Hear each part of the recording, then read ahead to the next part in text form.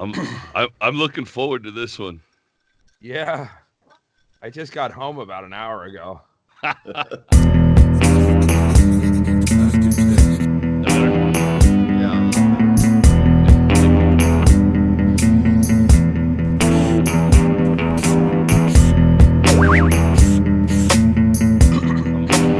looking forward to this one. Yeah.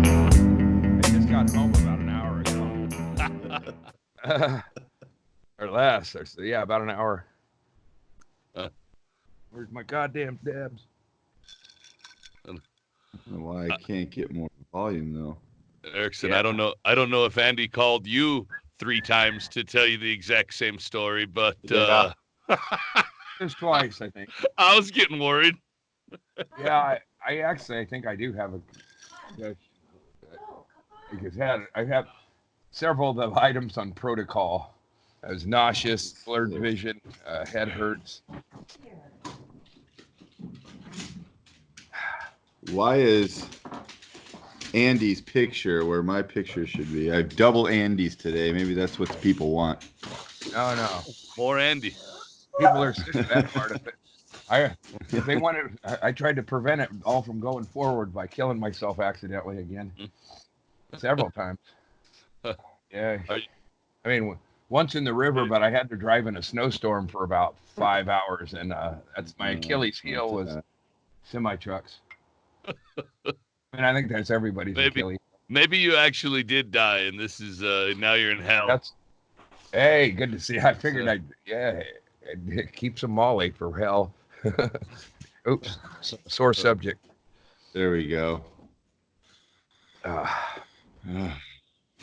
Where's that blue-haired guy?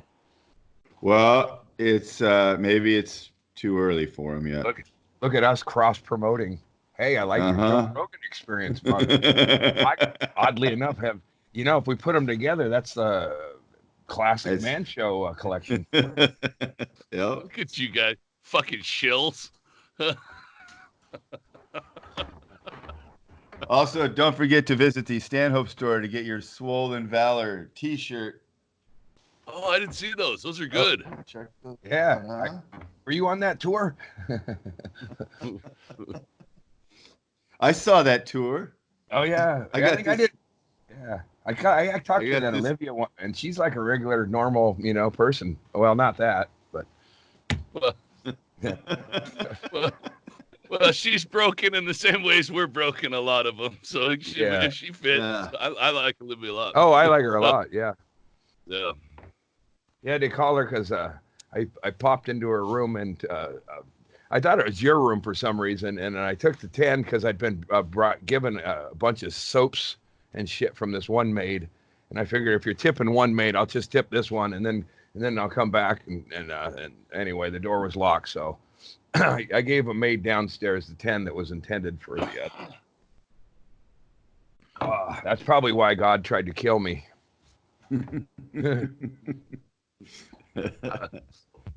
We usually don't have enough money to tip when I stay in a hotel room. I usually spent it all on the hotel, so we just pre-cleaned the room. Yeah, I do that. Well, it's not much for them to do. Yeah, that's nice of you. I usually leave so much blood around that I feel compelled to wipe it up.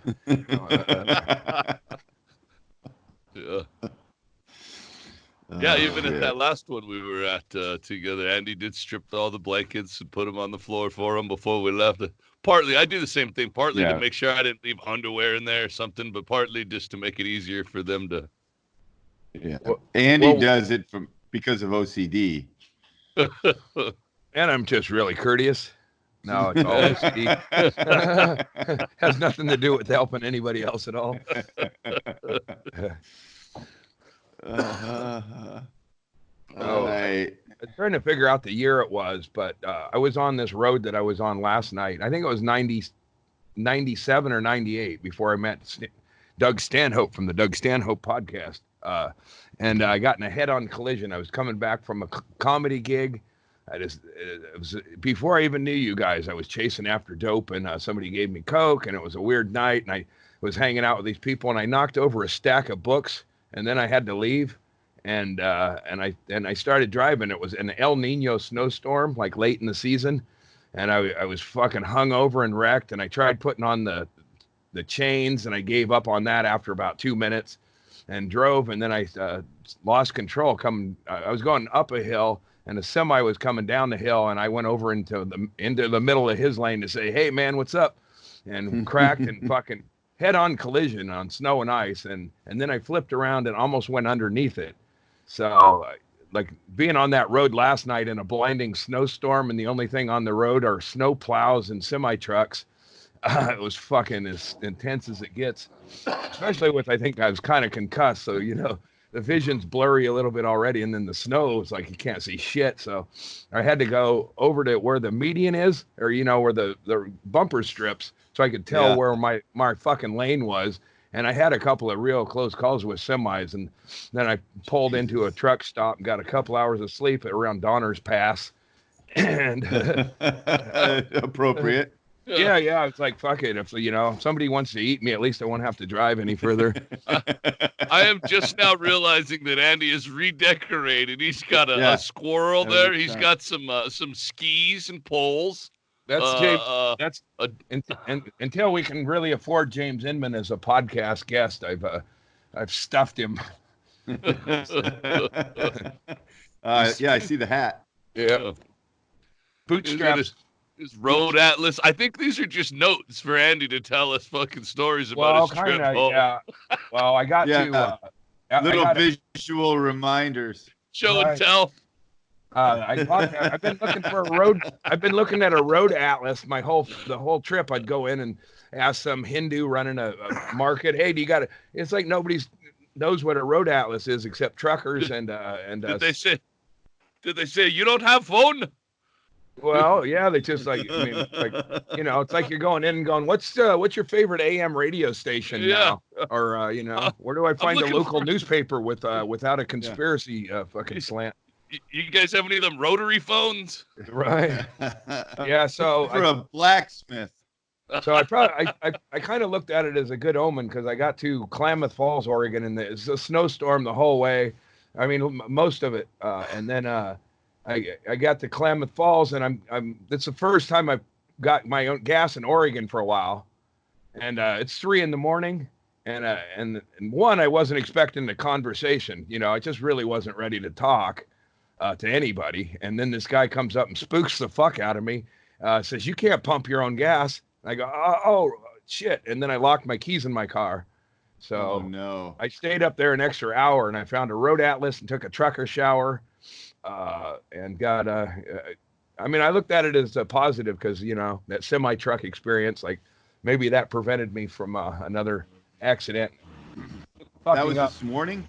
Yeah. And then that was, I started in Death Valley, and I did 2 jumps there, saw that the alien situation, and then I fell in the river later. That was about midway point. Right before I got to Gardnerville, about 25 miles out.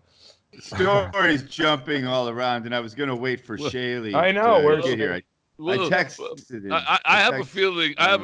We're going to have to come back to the alien situation story at some point. I feel like we kind of glanced over a few things. The alien and falling in the river head first are probably, we'll bring them up later if you want.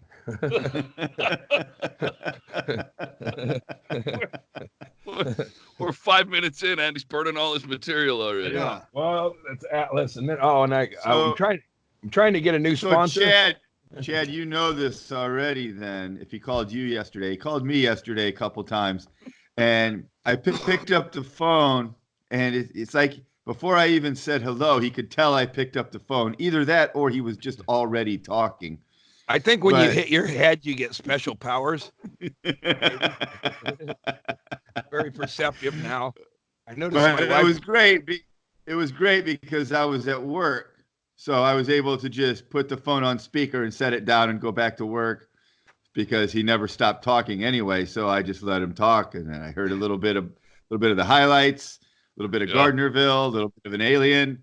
I'm up here. We should do a podcast in Squaw Valley. The Dubliner, The whole thing. So I'm very excited to hear the full story. I had a similar experience, Erickson, to where I have heard the stories like a couple of times, but it was more just like a teaser. Like I've been looking forward to this podcast, like other people should be looking forward to the podcast, I guess. Because I'm like, I know there's gonna be. I didn't understand anything that I was told yesterday twice, 3 times. It didn't connect in any way. It didn't connect up. It's that's why like when I played football, when like Mark Fleck always got head injuries, and they would go, "Where are we at?" Or how many fingers am I holding up? So I was in a bit of that, maybe. It's hard to tell how hard I hit the rock because the water kind of just glided my head into it. Anyway, my phone. Get there. I'm gonna text Shaylee one more time to give him one more chance to jump in. Yeah, I'm gonna give Shaylee one more chance to jump in at the beginning of the story, and if he doesn't, then we're just gonna start it. And then what'll be really good about it is if Shaylee is missing today, then it'll just be the three of us, and all of my arguments to James Inman, who's been attacking me in private messages the last couple of days about how we don't have guests, we only have 4 people, always 4 people, burn his ass. All that blank screen is gonna drive him crazy. I broke one of my own rules after I saw that alien ship. I was like, "Fuck, who do I call to tell this?" And I was like, "Oh, I got to call Inman."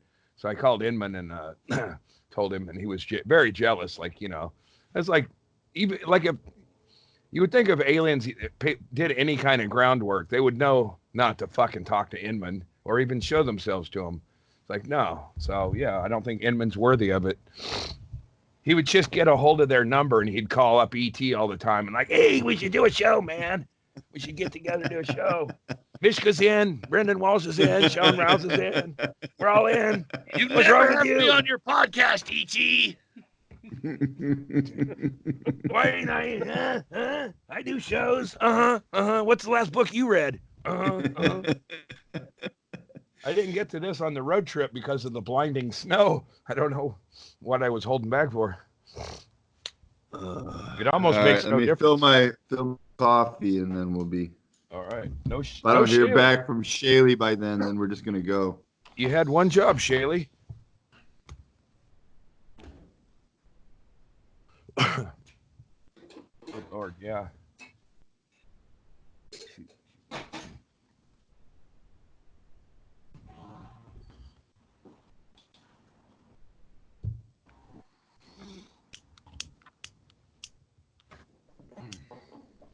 I think I fucked it up by changing up the time today, I guess. Yeah, I could have done a side trip up to Crater Lake in the snow. I was considering it. I was like, oh, shit, what can I do to add some more danger to this already dangerous trip? I think I fucked up the whole thing by messing up the time, Erickson. Yeah, but he is agreed to the new time. Remember? He was like, he was the one who even said. He suggested it, yeah. Yeah. Yeah. 11 a.m. Bisbee time Wednesday. Good for all. Let's give him another hour and then we'll call Inman. I gotta. Jesus, James, we only got time just to enter. What was your movie again? All right, thank you. Fuck you. I gotta go easy on the Bloody Marys this morning. I gotta go see the psychologist in a couple hours. No, you got to take the off the. Yeah, I do some LSD. Appointment. Yeah. You do a chunk of LSD, you can cut through about 500 sessions. Well, I did an hour with the nurse on Monday, and she asked me did a whole rundown. I ended up yelling at her, I'm like, you guys have all this in your fucking computer. Are you intentionally just tell me exactly how and why you're a piece of shit? Why should you kill yourself? Do you tell me why you think you should kill yourself? Like, stop. I was doing all right before you did this. Just show her the live podcast from Vegas. That should. But she did ask.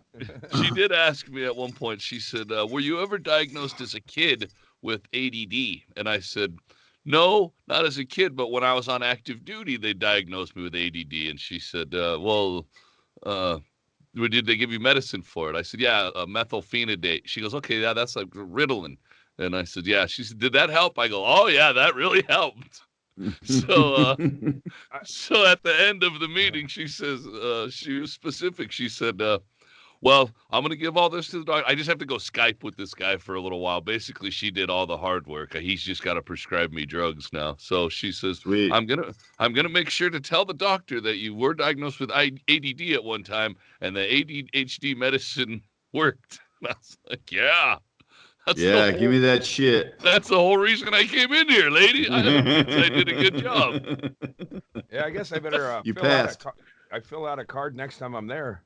Is it like a timeshare? Do you go talk to the nurse and then you get to stay there free for 2 nights? Here's the thing: is how this whole thing got rolling is because I threw a Hail Mary one day when I was in with my doctor, because I had joked about it before, because she's talking about medication, and I go, you know what? I says, I'm going to be honest with you.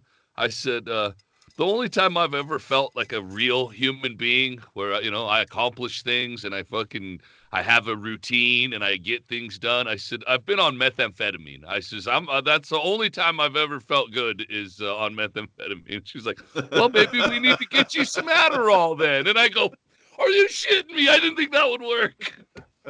You're not supposed to respond like that. My brother Larry did that one time and they cut him off. You're not supposed to say that you did methamphetamine or they're not going to give you Adderall. But it was a real good rapport we had going. And I go, you know what? I'm going to throw this fucking Hail Mary and see if it fucking lands. And I'm about to score a touchdown off it here later this afternoon. It's not intuitive to think that saying the only time I ever got anything accomplished and felt good about myself was when I was on methamphetamine. But damn it, that little treasure was laying right there for you the whole time. Probably the next generation of little kids that'll be into wrestling are all meth babies. So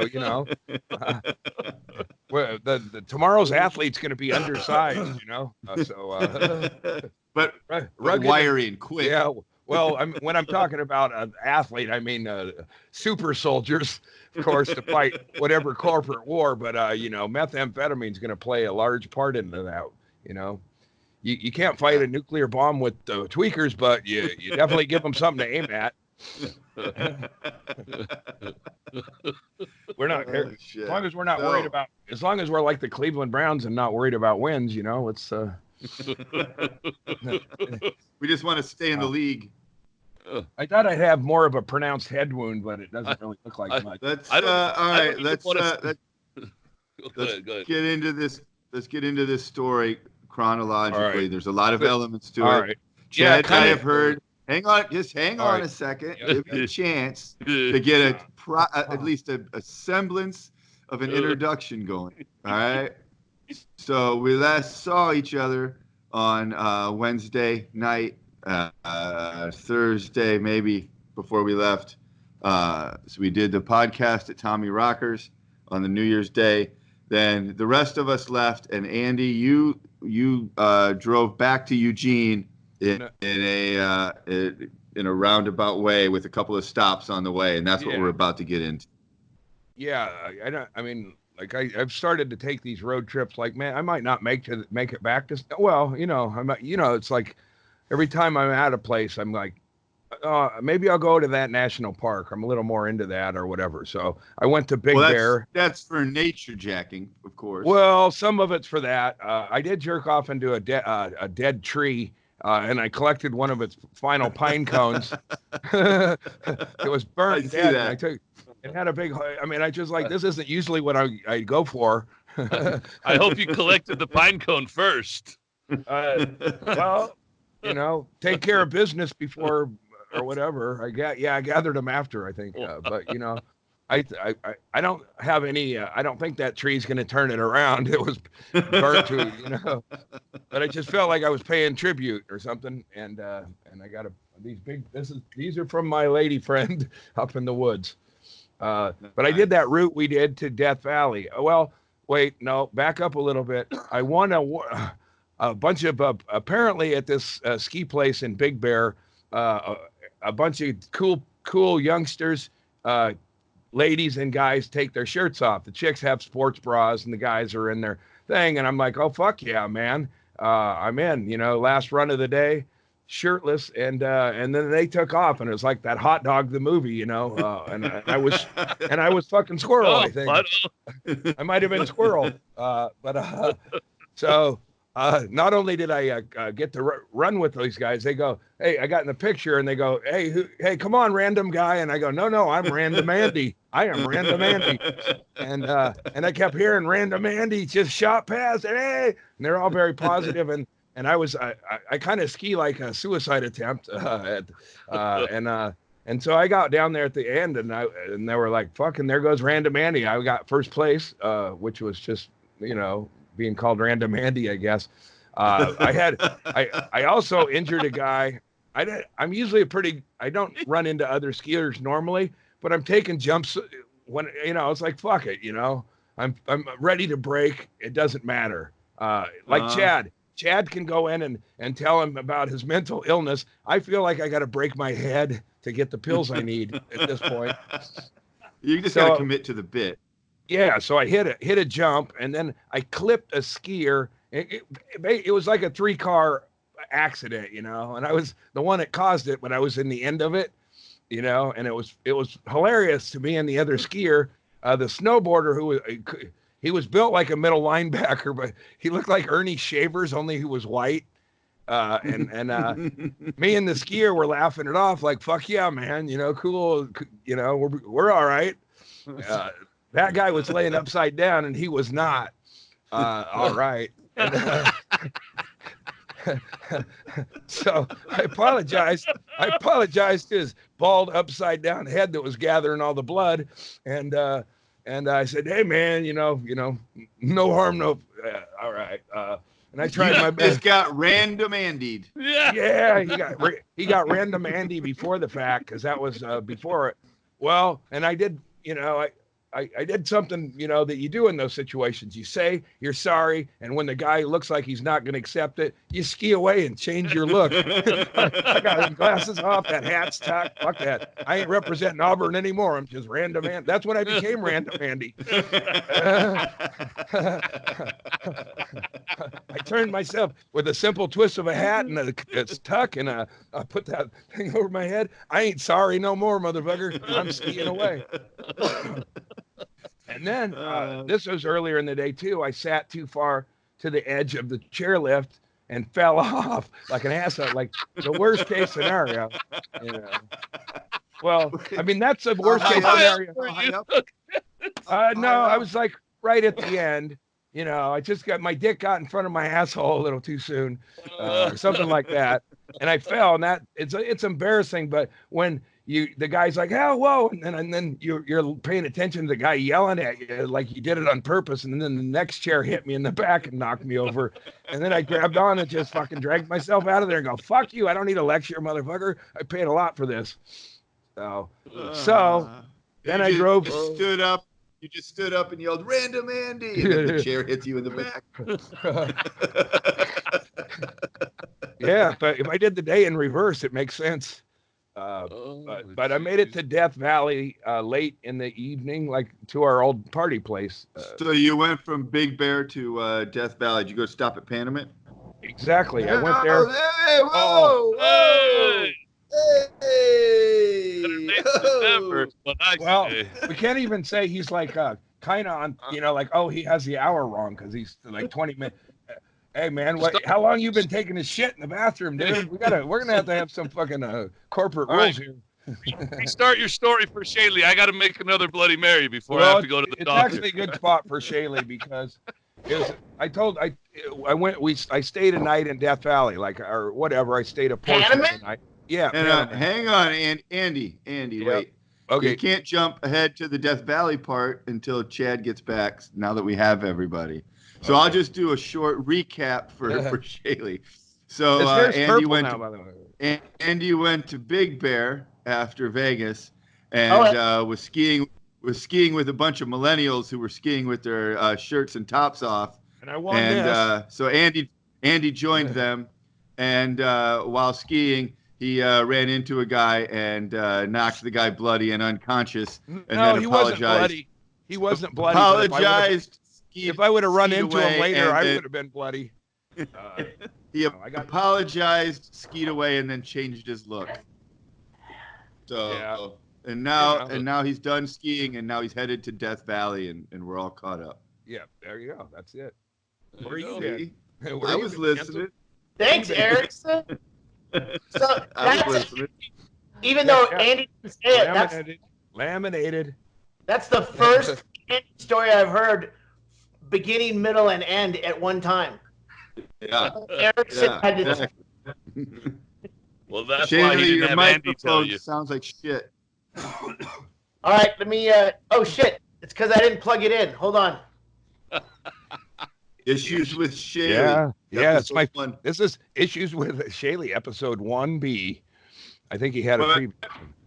While he does that, let me just tell you that my thought when you were telling that story, Andy, is that once again, millennials have pissed me off. Yeah. Because Random Andy would have been also a better name for this show. So that would have been fucking. No shit. Yeah. I hated to tell him at the end, you just got beat by Issues with Andy, Random Andy. Yes. No, they were a very positive group, you know. I guess they saw me as somebody that they could mock for losing at the end, and I beat them. Of course they were positive. It's called white privilege. You're on a fucking ski slope, dude. Well, yeah. I was either gonna get down to the bottom first or die in a Sonny Bono-esque way. Didn't he hit a tree? Yeah, Sonny Bono. And then that Kennedy, that was my favorite. That Kennedy was throwing a Boda bag. They were playing catch with it and skiing down it. I'd like, what a great way to die. You know, you're following that Voda bag, hoping for one delicious drink, and hit a tree. Fuck yeah! I'm still thinking about Erickson's point. I've been skiing a lot of times, and I'm trying to remember. I don't think I've ever seen a down and out skier. No, it's the best place to lose your wallet. Everybody's having a great fucking day when you're skiing. Yeah, if you lose your wallet, somebody will probably ski down to you and go, "Hey man, you dropped there this." I have so much money, I couldn't even possibly take a. Let me buy you a cocoa. Come on in the lodge here. That's what I discovered. That's what I discovered. Ski villages are a great place for a grifter. All you need is a Goodwill parka and a smile.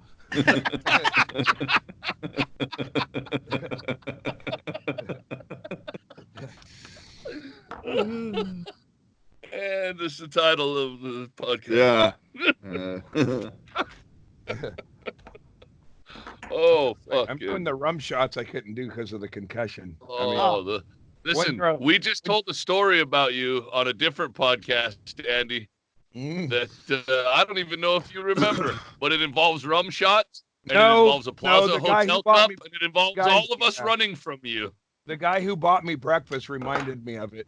And I was like, oh, yeah, I made some table smoothies. What of it? He goes, man. He goes, you puke like an OG, man. And I go, yeah, let's go get some breakfast. Okay, thank you. Well, he bought all those shots, and I think he felt bad because I hadn't eaten for several days. And what I threw up was basically kind of what I needed for energy for the ride, for the extraction. My favorite part was when he brought you more shots, but he also brought you more empty cups. In case you needed to throw up some. I did the right thing there, by the way, and everybody knows it. It still makes everybody sick, but look, I'm going to the final round. If somebody fucking knocks me out, I'm down. But if somebody gives me one too many shot and it's about 150 yards to both bathrooms, either way, I run. Listen, I'm not going to disagree with you. You did the right thing up to that point. But when all of us who were at the table with you immediately leave and go to a different table, don't bring your puke cup over to our table. That's where you fucked up. You stay the fuck over there. Oh, you're very optimistic because I saw it as half empty. You know? I think it's very interesting. I think Andy may have really got onto something, and then he, of course, zagged when he should have zigged when he said, I did the right thing. And I thought, oh, you cleared the room. This is what they do instead of turning on the ugly lights at last call. Just have your doorman throw up shots of blueberry muffins and rum into a cup and walk around. Yeah, but Just walk around. Good intentions. Everyone leaves. Clear plastic cup. Good intentions and a sick belly full of rum will get you thrown out of any place. You know, I'm trying to get to the bathroom, man. Well, I didn't involve anybody. I just puked 3 cups full of 3 pints. Well, 2 3/4 pints of my stomach, and nobody had to call housekeeping. I was about 9 inches away from you when that happened. You don't have to tell me. I was. I was really surprised because I hadn't been eating at all. You were surprised anything came up except liquid? Yeah, it's like, oh yeah, that sushi from the other day. Thank you, Greg. Yeah. The gift that keeps giving, Andy. Jesus. Yeah. Oh, so I stopped by Panamint, and they blocked that back the downhill road. Is somehow they extended that thing, and there was a big tent, like they made an event tent going on there. Like a revival tent? Well, it could have been either. I didn't see who was staying there. So I went over, I checked it out a little bit, but it was not photogenic. So I went and slept for a while, and then, you know, it must have been, I don't know, like 2 a.m. I drove up to a place I got to research with them. I can't even pronounce it, because it was not that significant when I drove in there. But it's like some shit went, you know, it's like any place in Death Valley. Some bad shit happened on about every square inch of that place. I don't think it was Charlie Manson bad, but something bad happened to some Indians or somebody. So I stayed there. Because I realized, you know, once I got up the road a piece, you know, maybe I jumped the gun on driving on that Xanax, you know. It's a long drive. You don't want to start with a fuzzy head. So I stopped at this other place, past, you know, it was a ways up. I got about an hour or so, or I don't even remember, but I stayed.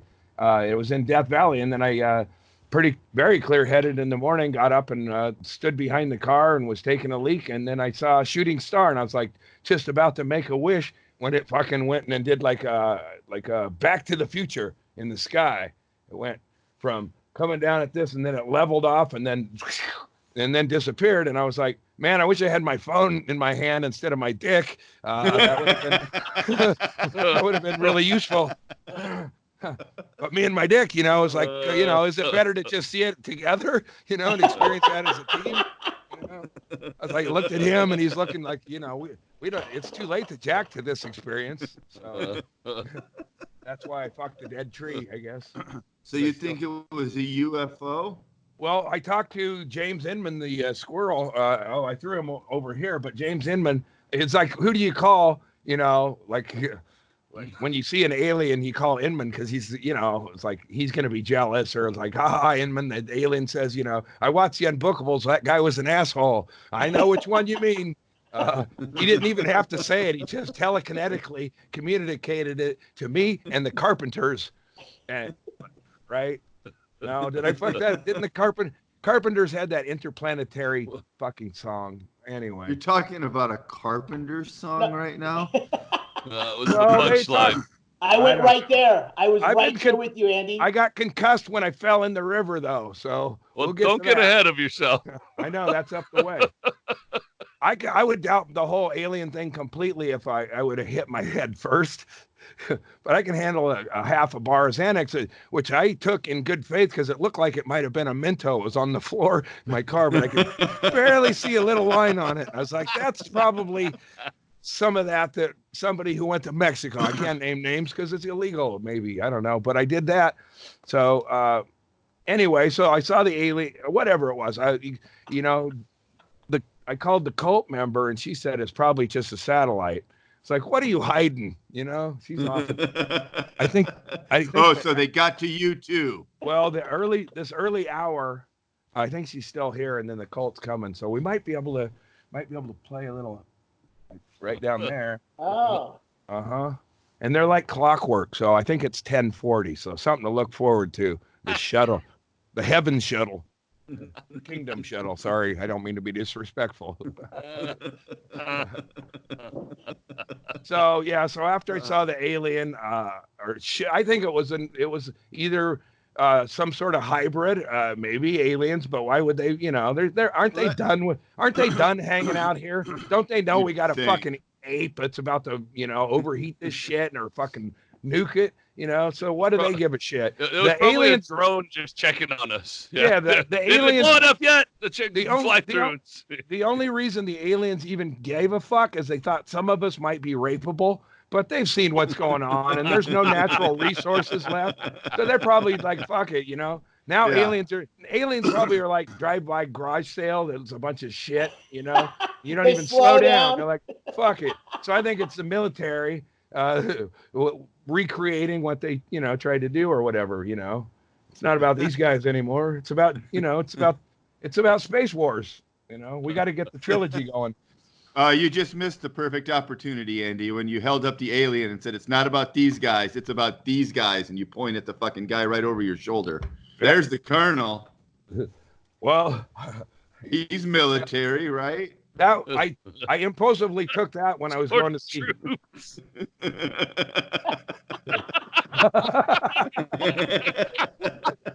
I got this here. That was good.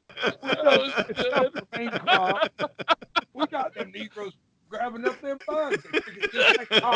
And you can make better T-shirts. They're better quality, and you can put a logo like Issues with Andy on it. Or Doug Stanhope has items available. Don't forget his old buddy. Yep, and yeah, I like that Joe Rogan.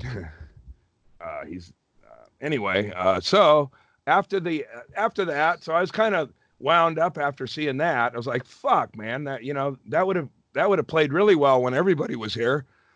Let me just ask you this: is it possible that it really was a meteorite that is coming in, and then it hits some sort of level of the ionosphere or some shit, and that's what makes it fucking, level out?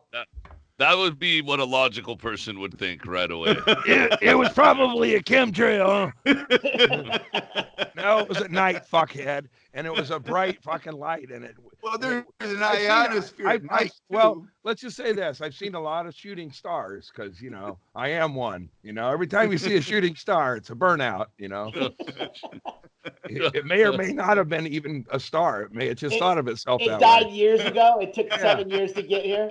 Yeah, and it was the whole. It's slowly becoming self-aware of its own death. Right? Yeah, it's like crack. You can only mess with that stuff just one time, and you're addicted. I forgot my point, but anyway, I don't know.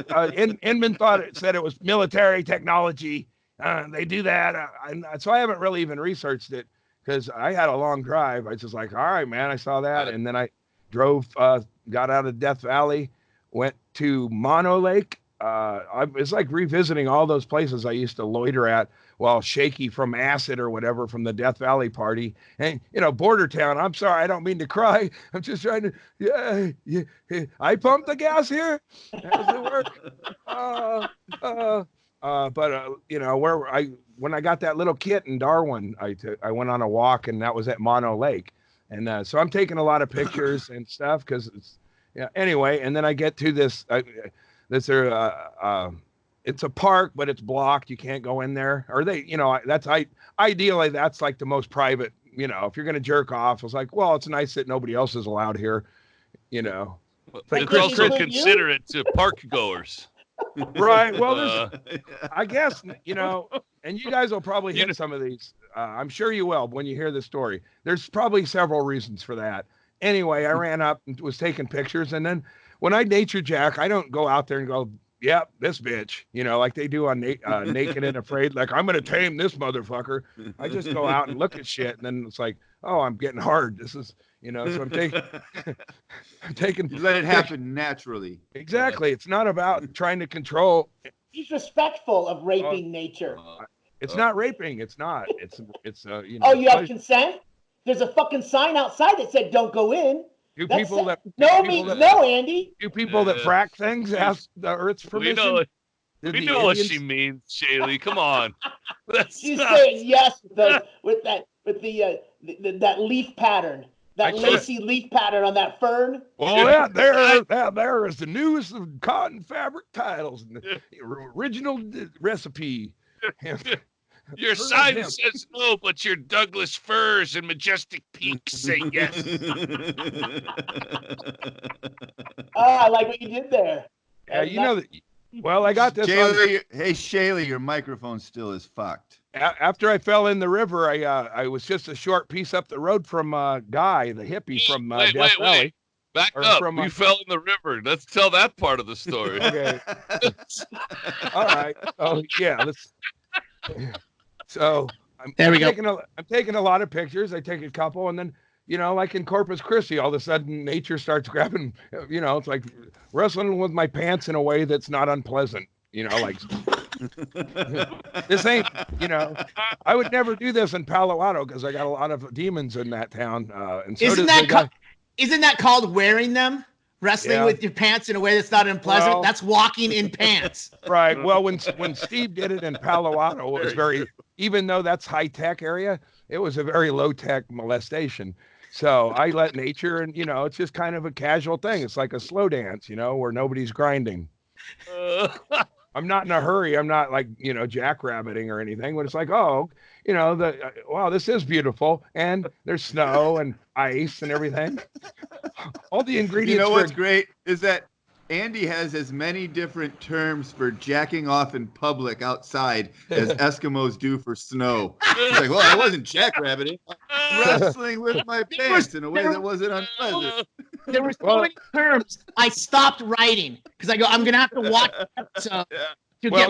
or they were all clumped together there.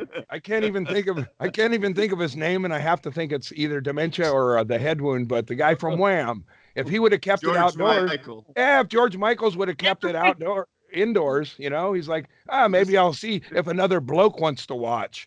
It's like, they don't, we all do it the same. It's not just a slow dance with his underwear. He'd probably still be in good shape, right? Yeah. What was he? Didn't he have a song about that? Like, but his was, I need somebody else for sex. I don't need anybody else for sex. I just need an icy rocky river with nobody at all that could rescue you in case of emergency. So you have your experience in nature, and no, I'm not even. See, that's the thing. It's half of it is, I don't even where I am in the story. Well, I'm not jacking off. I'm still taking pictures, but I'm aware that what's going to happen here. It's a slow dance, Dad.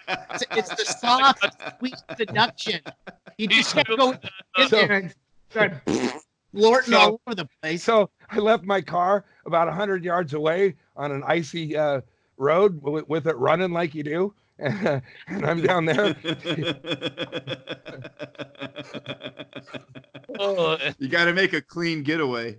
Yeah, I should probably get some codeine in my head later. But so I'm just down taking pictures, and then I'm like, oh, there's a fucking ripple. That's anyone who knows anything about taking a nature picture, you want that ripple and oh yeah, there you go. That's the pay and pitch. That's the one I'll put up on the wall for my blind wife to not see. The ripple in the water? Well, it was like a thing. It was it's like an a current. action shot. It's like the river's coming in current, or I don't know. To denote motion in the water. So that yeah. So I'm pretty good at jumping from rock to rock under most, but ice. There were all those signs about ice. Damn you, physics! But why didn't they warn me in this closed part?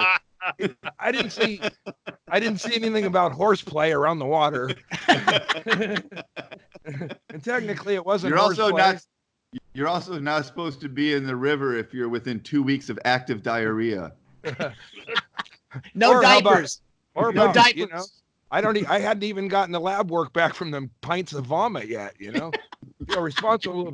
They want to know if you're bringing fruit into the state, and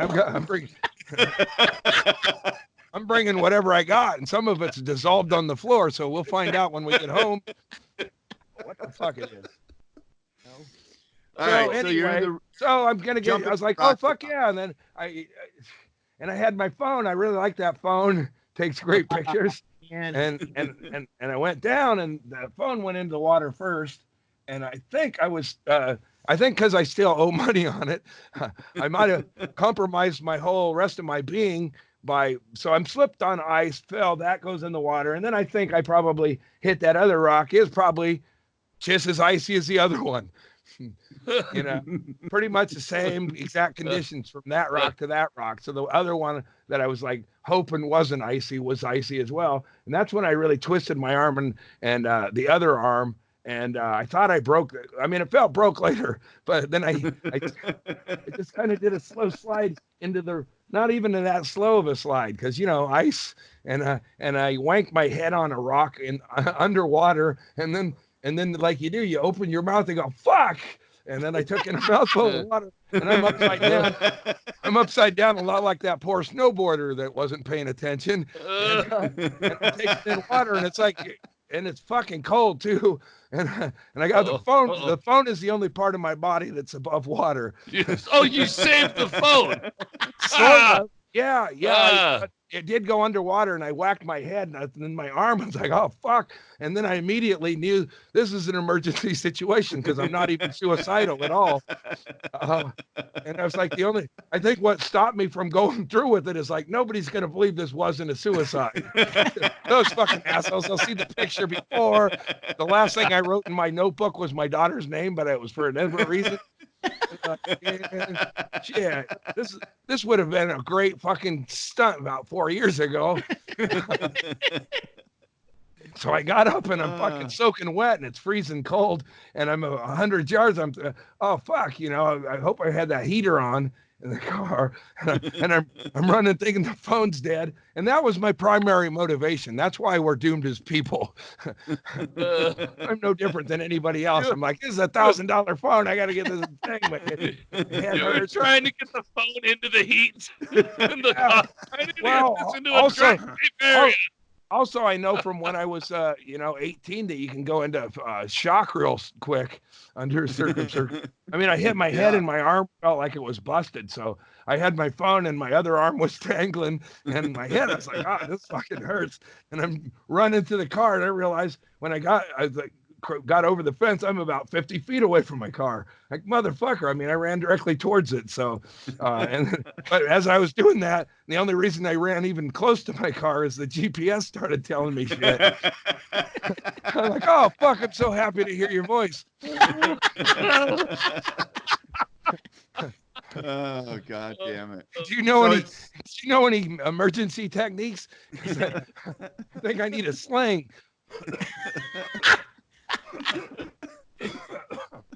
So it seems like this time nature jacked you. Well,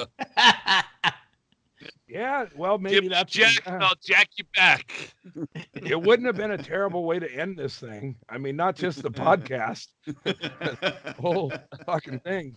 And he could have run the highlight reel, and you could have been. Did he really kill himself? It's like, I don't know. He's like so positive to that.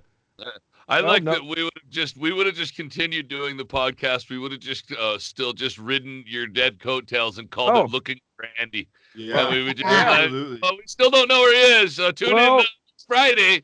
We're gonna make some more phone calls, and murder mysteries are top right now. Yeah. I wish I would have, well, you would have known it was bullshit if you would have found my phone in a plastic bag. You'd have known. No, he wouldn't.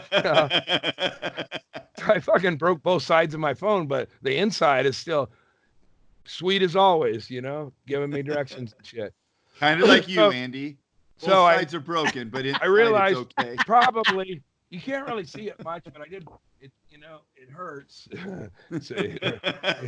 It don't show pretty, but it sure does on the inside. And then it's like this is why I try to organize my car. And I don't even have over-the-counter stuff at this point, and my head really hurts, and my arm I think is. And once I start, I feel like okay, I start doing. It's not busted. It's okay. But the head, and then I was like trying to go through protocol. I'm the phone work. I'm drying the phone in the heat. But I feel like, you probably shouldn't drink rum and then go to sleep in your car if you think you had a concussion, shit like that, and I can't Google it because I'm not getting reception. What do you, there's no NFL tent around like it was last year. I'm concussed, freezing cold. Oh, but a short piece up the road is Guy, who the shaky hippie kid, who I'm like, I see a sign. I'm like, my head hurts, and I'm like, I'm soaking wet, and I see Gardnerville. So I send Guy a message like, hey man, can I stop by? Or I called him. I go, hey man, I'm soaking wet and I have a head wound. I'll be right. I'm 5 minutes away. Yeah, which AM PM are you at? And he goes, no, I'm not at an AM PM. So we took a hike, me and Guy, and I saw his house. It's like, it's just like his dad's living with a hoarder, and he's living in a room with cobwebs and rock posters. The cobwebs might have just been in your vision at that point. Slowly slipping. We took a short hike and did a bunch. I don't want to get anybody, fired or anything, but we took a couple of rips on something, and we hiked up to where he had to go on field trips, and it was this guy who walked around in snowshoes. It was like snowshoe skeeter or some shit like that. And it's like, it was a long hike, and I go, where's snowshoe skeeter buried? And he goes, right up here. And I go, well, let's just take some hits there and call it good. I got a head wound. I don't know how much wandering around, but I got to his place and I was like, fuck yeah, man. Well, and I also hadn't been doing laundry regularly. So after I fell in the river and I got like, yeah, kind of, like, let's look on the positive. I'm not in hypothermia. I do have probably a concussion. On the downside, I did not drown in the perfect opportunity. I took a mouthful of water, and I think the only thing that saved me was I was like, nobody's, this is too ironic. Can you imagine being Guy? You just met Andy at a Doug Stanhope show over New Year's Eve. You hung out, you had a good time, and then you go home, you tell some people the story, and then your phone rings, and it's Andy, and he says, I'm concussed, I'm cold and wet, and I'm 5 minutes away. I was 28 miles away. But Andy wanted to go by his work. Well, yeah. Yeah, because he works at an AM PM and they have first aid kits there, or they should, right inside the atlases if they were doing the business right. So it does hurt still, and I don't really know who my doctor is anymore.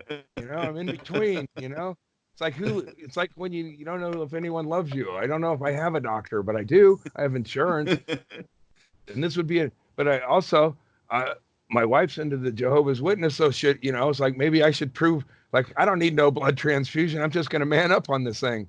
You don't usually get a blood. I mean, I'm no doctor, but you don't usually require a blood transfusion for a concussion. Well, I'm talking about my ass at this point. I'm burying that lead and trying to bury it. But so Guy had to go to work, so we, I'm sure it's like when you give a kid a sandwich, don't get in the water for 20 minutes. I'm sure he was okay to stand behind the counter at AM PM and smile, because that's what he did.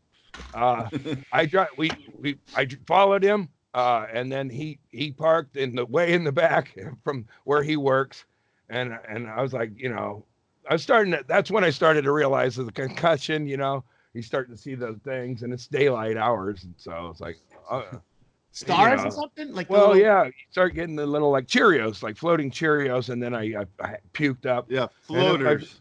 And I don't really like fast food that much, but I puked up behind a Kentucky Fried Chicken, and it's like, well, maybe I need to eat a little bit. I don't know. I mean, I don't know. I should have searched what to do. I should have asked Guy, hey man, could you Google what to do with a concussion? Yeah. Isn't that the feed a concussion, eat more if you grow up? Not the old idiom. That's why that's why I waited to get home to do the drinking.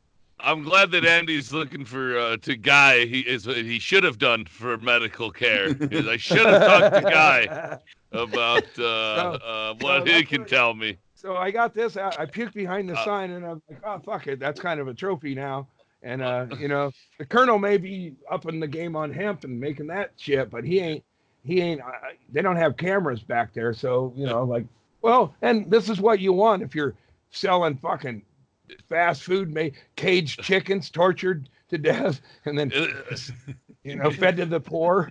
And if it makes you feel any better, You may not have a concussion because a couple of weeks ago I had to get my windshield replaced in my truck, and so I had to just walk around downtown like a homeless person. And I walked behind a Kentucky Fried Chicken, and I almost threw up because it smells like everything you just described right now. Imagine that as a smell. I drove through that stretch of California the other day where the cow anxiety lingers. Coalinga, and I just knew I was in Coalinga. It was dark, and I didn't even see a sign. I'm like, oh fuck, poor bastards! Come on, man, give them some space. You know, they're gonna get slaughtered at the end, but can't they have some shoulder room? It's actually a feedlot. Is that the 5 going up through there? Yeah. That was the other epic fucking thing. But so I was like concussed, and I got some food at Kentucky Fried Chicken, and then I figured I'm gonna go take a sandwich to the kid and embarrass him and maybe get him fired. I wasn't thinking clearly. Always giving. So I went and got some of our clothes, the clothes we wear around Vegas. I got those clothes on, and I go, I'd like to give this young man a chicken sandwich from the. Whatever. I don't even know what I said. Really, you were playing a character like a benevolent older guy. Well, if you've ever seen grooming his young Padawan. He works at a place that does nothing but sell snacks and cigarettes, right? Well, if you've ever seen a Steven Seagal movie, after too many concussions, you're not much of an actor. So anything I had to say there was probably performed way less. I had some monologue about pumping gas, but the kid just kept unnerving me with his smile back there. He's standing in front of the cigarettes, which kill people, by the way. I couldn't even bring that up. He's standing there shilling cigarettes. He used to manage a McDonald's, this kid. I love that Andy thinks he said all of these things, but in reality, he probably just walked in and said, "Kill chicken, cigarette sandwich." Well, I had some dialogue. I think the manager had the same name as I did, and I told him, "Hey, I'm just giving him a sandwich because I want a lot of money in Vegas," and which is not true at all. I nearly drowned. The truth is, I nearly drowned in a river getting ready to jack off. So I feel like I did kind of win thousands of dollars. It's just not the kind of winning that most people feel good about. Oh shit! So you from Gardnerville, then? Where'd you go? I took a nap up at Donner Pass. So did they. That's how they got it, Andy. Donner Pass, go through. They're playing with fire there, my friend. Probably one of the Donner boys walked down to jack off, whacked his head on a rock. They found him. He's perfectly frozen in the river. And then they go, well, Jesus, let's not waste this thing. All right, maybe you did have a concussion. I take that back. That's probably true. You probably had a concussion. I've had a bad decision. I've had a few of them, and the vomiting. I hadn't been drinking or anything, and I puked a bunch, and the other lighting stuff. But I had to do. I am fucking concussed. And you is that enough? That'll help. I'm Captain Morgan. Well, Captain Morgan, when you here, let's get a fucking sponsor, man. When you might have had a concussion and you're all alone, save the Morgans for later, and then get into it with dabs. Andy's elixir. When you're seeing stars, reach for the 8s. Yeah. Well, when you're taking in mouthfuls of water, it's good to have a pirate around. You'll find out if you're in good stead. You keep drinking in mouthfuls of water. You didn't fall into a septic tank or the ocean. You fell into a mountain stream. No, it was more. I'll look at pictures, and because I took a picture right before the accident, and then I stopped taking pictures for a long time. Like, fuck that shit. What am I trying to preserve, man? The wrong shit. That's for sure. So. Oh, and then so I got a couple hours of sleep at Donner Pass, which I was kind of, it's good that I woke up, with concussions, I guess. Yeah, it is. So I woke up. Much as it will be later after you're done drinking spice rum and doing dabs. That'll also be a good wake up. Again, I was treating my phone with respect because it had been cracked in front and back. Like, I'm not even going to ask you for directions. I'm just going to go for where I know, which was the wrong direction, kind of. I went to Truckee, California instead. Like, when I called home, the Colt was like, "Where are you?" I didn't even mention the river fall, or it's like, let's just be grateful I'm calling, man. Where are you? Where are any of us?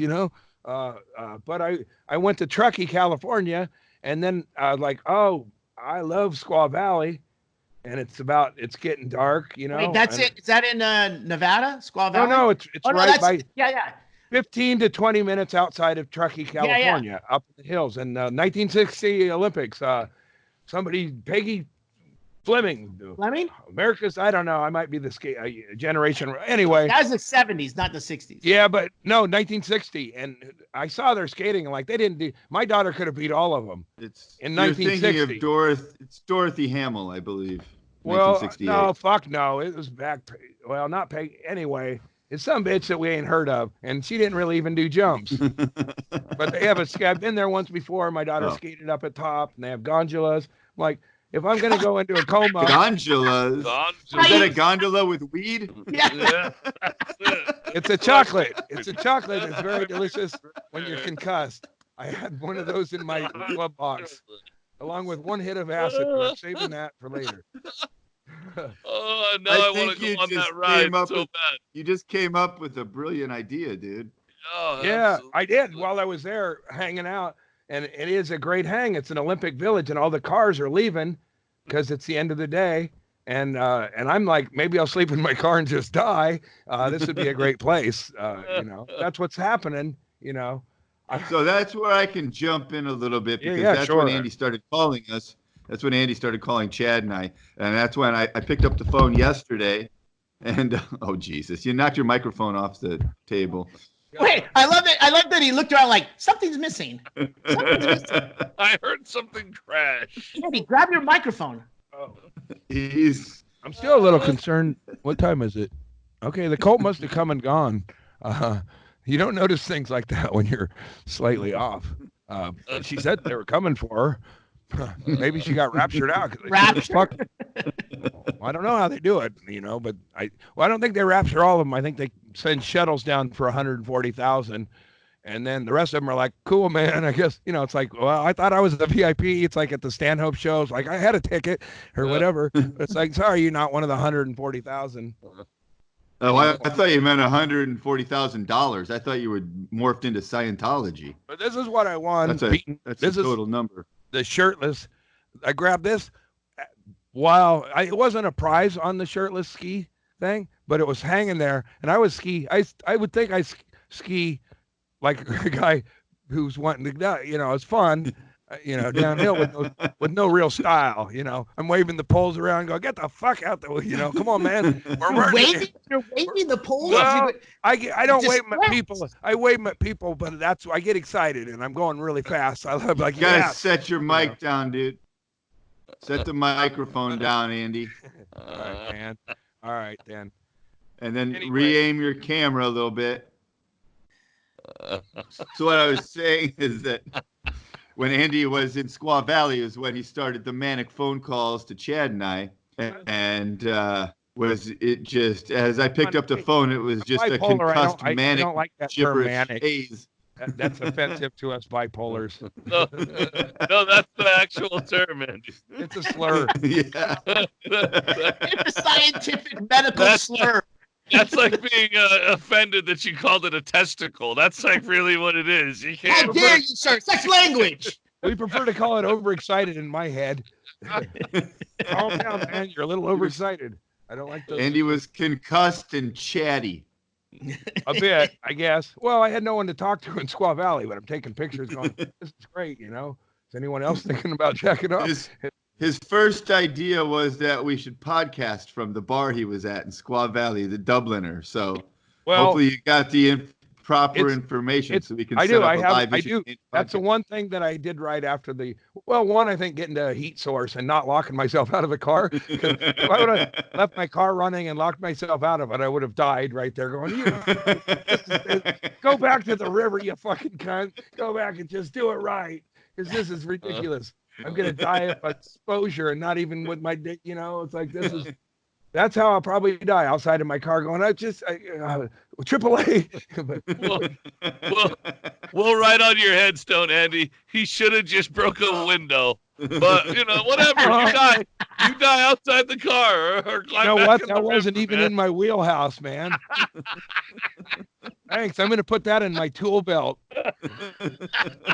What, a rock? Yeah, I wouldn't occur. Oh shit. So then after I woke up and then I told these guys earlier in 1997, 97, 98, somewhere in there, because my daughter was a baby-ish. I was working with that tree. Remember Tree, Shaylee? Did you ever run across Tree? Oh yeah, Hennigan. Looked the like other Hennigan. Looked like Hills Have Eyes looking motherfucker. Berryman?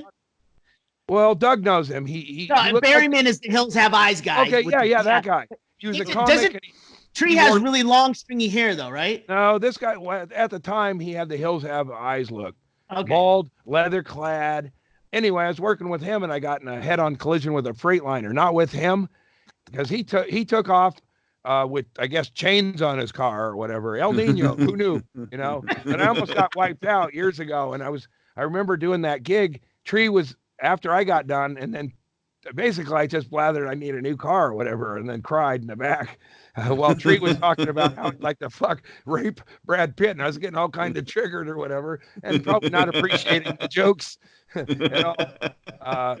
that's a long story. The guy who towed me anyway. We talked about that in some other entity, but anyway.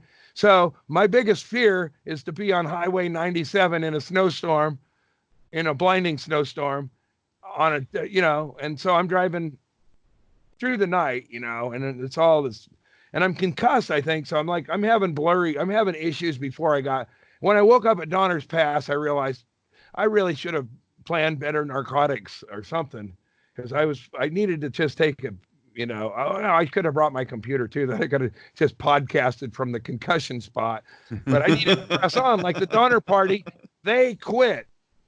Right? They hunkered down, and I'm like, I ain't doing that. I felt a snowstorm coming, so I headed down the pass into another pass. Anyway, I got to Squaw Valley. Oh yeah, I'm there. That's when I let my cocktail guard down. Get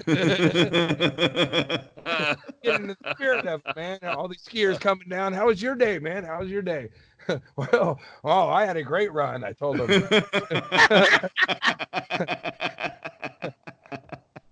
And if the Godiva chocolates were running, I considered going to the top and maybe, having a pleasure leap or whatever.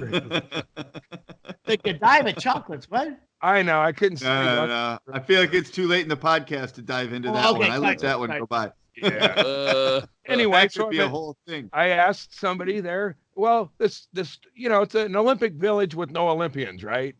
It's a perfect setup for the podcast. The Dubliner bar are odd. I got the picture we'll put up. I talked to a lady there. She goes, "Can I get you a chair?" Yeah, it sounds like she's dying to have us. I think Shaylee. No, that's the start of every good business conversation. Exactly. That's when I told her. Sir, are you dizzy? I said, "Hey, lady, I'm Random Andy, and I am part of a team that has a podcast, and I think this Olympic Village would be ideal setting. We'd have a lot of fun up there. Everybody clears off the mountain, except for the really rich people. But we could get some people to compromise their finances to come up and join us for LSD up the mountain. Are you kidding me? Come on, assholes. Let's do this. Right, Podcast. We'll go to work on it. But I asked somebody. Andy, don't make this sound like it's a pitch, like there's a gig. You didn't book anything. I got a contact number, asshole. No, you're doing this Inman thing. We're like, hey, so meet us up at Squaw Valley, and we're gonna do a podcast. It's sounding like a commercial. TBA.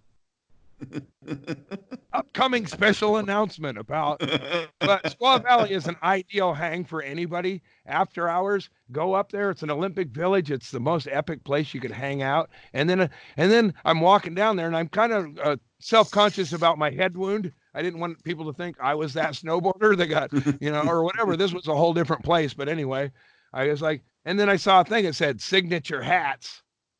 Oh, like, oh man! I walked in there, and I'm like, oh, I don't even have it on. I thought I did. You did. And I looked at a lot of hats, and I was not buying. I've spent enough of other people's money on this trip or whatever. I'm not going to just jump at the first signature hat unless I like it. And I liked it. I go, where's the signature hat? And I looked like somebody who probably been skiing all day and drinking, but I wasn't. I had one drink, and this is only a half pint, right? This is like Laura. This is the Laura Engel. It's fine. All right, it's cool. fine. All right, not drinking. You're good. I go, hey, we're for 10 in the morning. So I'm judging. I'm not. I mean, I've been drinking my Baileys and coffee too, that was. I've drank at least that much vodka and 2 Bloody Marys, and I got to go to the fucking psychologist soon in a little bit. You guys have heard my cough lately, so nobody's going to want to be around me anyway, but I'm already created a quarantine zone on me. So I'm not even going to mention most of this shit to her, but she's cleared out. I forgot my point on that, but the Olympic Village. And the sign out front said signature hat, and I looked at all their hats, and I did not I was like, fuck it, I could live without all of them hats, but I'm getting these socks, I got some, they're upstairs. I can't show you them without some effort, but I love these socks. Where's their signature hat? The socks are great. And the socks actually kind of match the signature hat. So I was on the right track, and she pointed out a couple of specials on it or things. Are we going to see the hat? Oh, we're about to see the hat. I like it. There we go. Wound. This is how I present myself down at the bar. So actually, I mean, I'm not bragging, but I could be a low level. Yeah, you're right. You're not bragging. You're not even talking. I could be the Frank Gallagher of the slopes. What? Crushing your melon? Well, yes. I got a story to tell, and there's a lot of rich women who like to hear it. I could Newt Gingrich them. That's what you think Gallagher does? Tell stories to rich women? Well, he's always scamming, but anyway, there's a lot. It's just a fun bar, and all the cool people, the people who whatever to be. Set it up. We'll set up a podcast. I'm thinking Andy's already booked something. I'm thinking that he might have forgot, and he has the paper, but they said we'll be here on Wednesday. No. They sealed the deal with a hat. I'm microphone, Andy. Microphone. Right. I don't think I've been at about 8,000. I think I've averaged about 6,000 feet for the last 5 days, and with the head wound, it's good to be down in the valley. Right? Okay, so after the concussion, I slept. You'll appreciate this, Greg. Anyway, I drove through I'm afraid of getting hit by a semi truck, and it happened.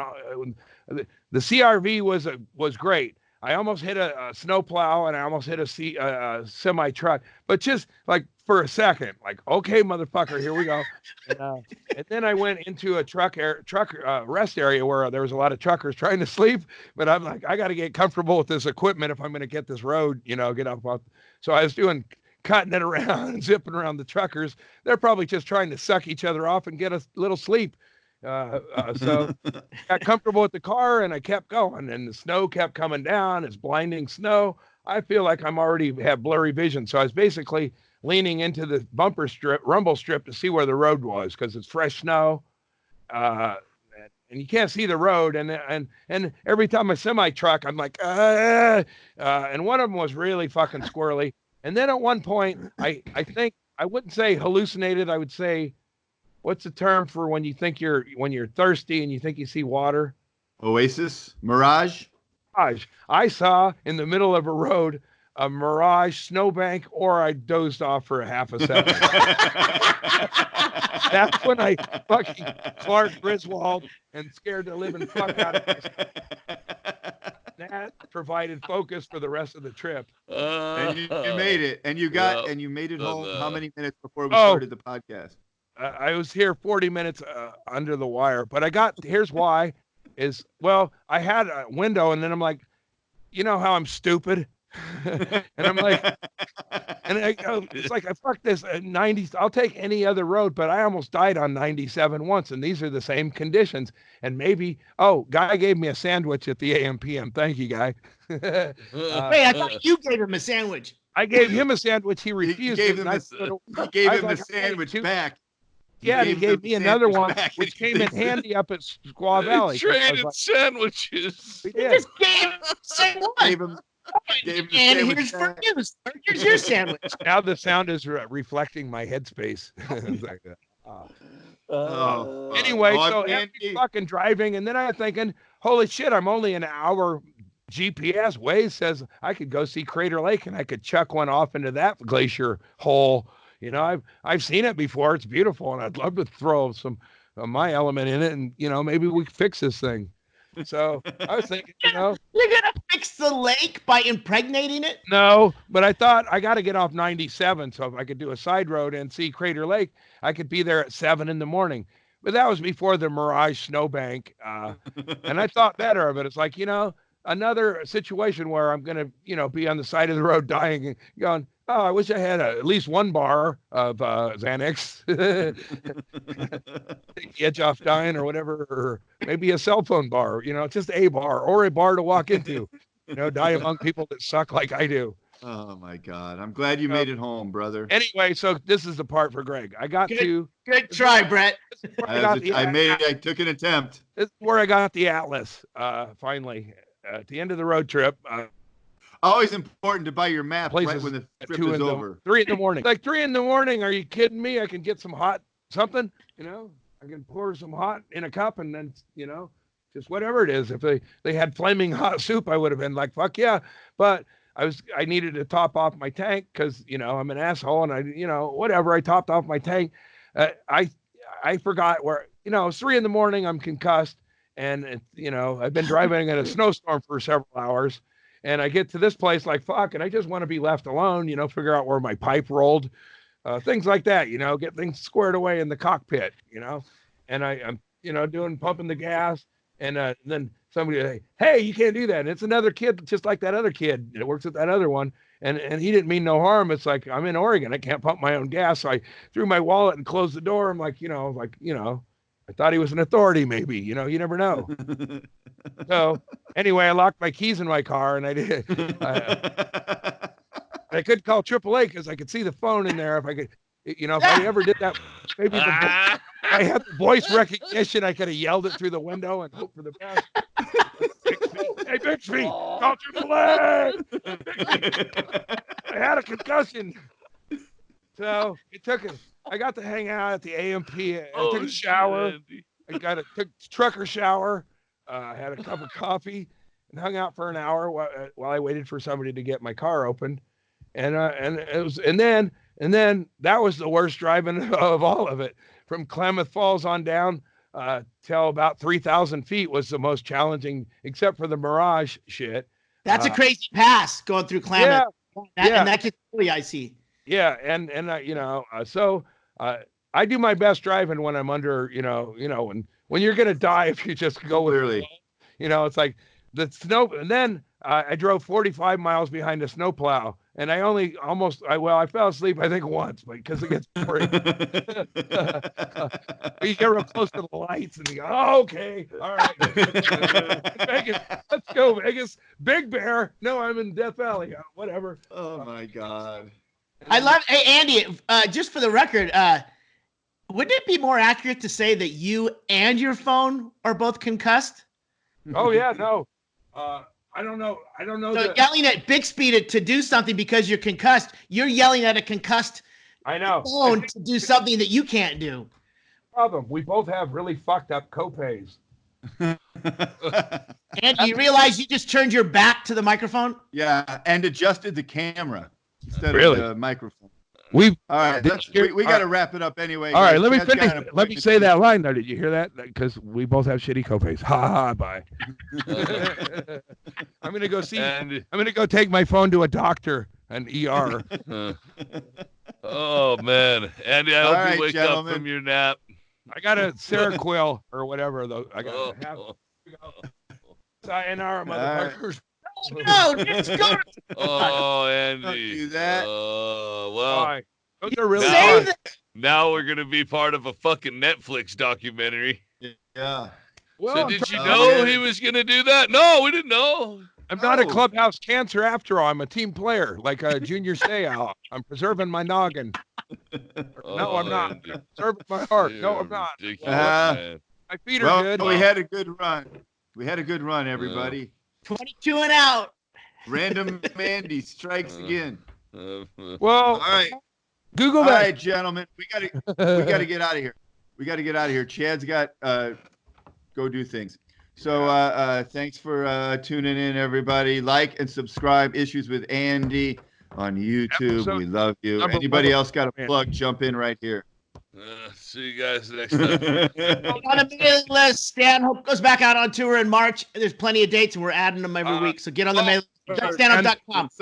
And we're going to do another live taping. Everybody enjoyed themselves in Vegas, had a lot of fun. We're going to do it with a little snow background. And I'm not talking about that lousy cocaine. I'm talking about some of the best snow skiing in California. Up there, there it is. There's the PBA. There's the commercial shit. PBA. Have some rum. Have a pill. Chill, man. We're nowhere where none of us are close to it. Do Phoenix or do fucking Bakersfield. I'm not going back to Bakersfield ever. Bye, everyone. Bye, everyone. Thanks for listening.